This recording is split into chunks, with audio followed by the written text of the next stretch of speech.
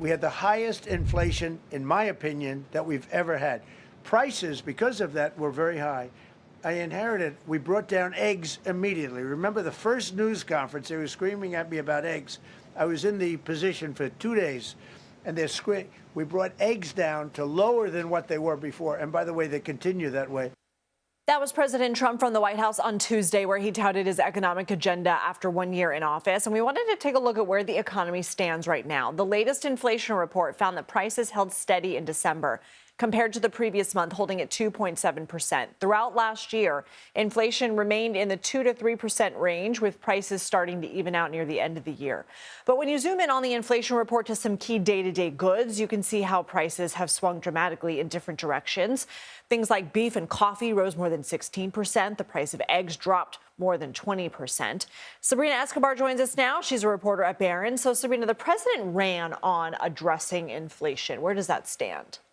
You know, with inflation, it's interesting, right? Because you see the economic data and, like you said, prices have remained stable in December from November, and you see a really big decrease in inflation from, say, June 2022, when we saw a 9% or so annual rate of inflation. But when you think about it from a household perspective, people feel inflation very differently than an economist will be looking at the data, right? So if you're somebody who goes to the grocery store and you feel like prices are still high, it's because they are. You know, we've seen prices. And it's hitting people of different incomes differently too, right? Absolutely. Lower income households are definitely feeling the pressure of inflation more, because most of their paychecks go directly towards some of these fixed costs, such as gasoline, such as food. And so it's been really tough. And I think even if you see inflation remaining stable, people don't always feel that way. You see it in consumer sentiment and confidence surveys all the time, that it's still a concern for many households.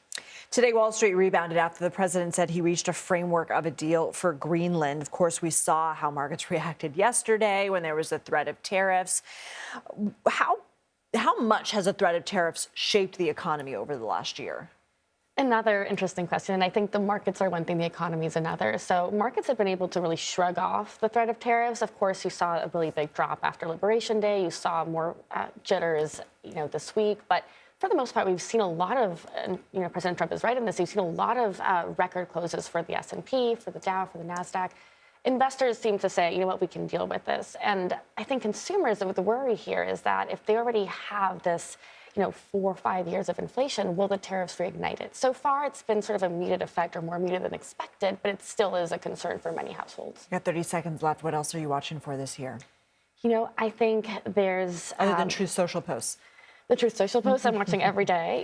We have to check them closely. I think it's interesting to see what's happening with the Supreme Court rulings on Trump v. Cook, right, in terms of Federal Reserve independence. That's something that Wall Street is very closely watching, and the outcome of that case could actually determine a lot of things in terms of how the market thinks about the Fed.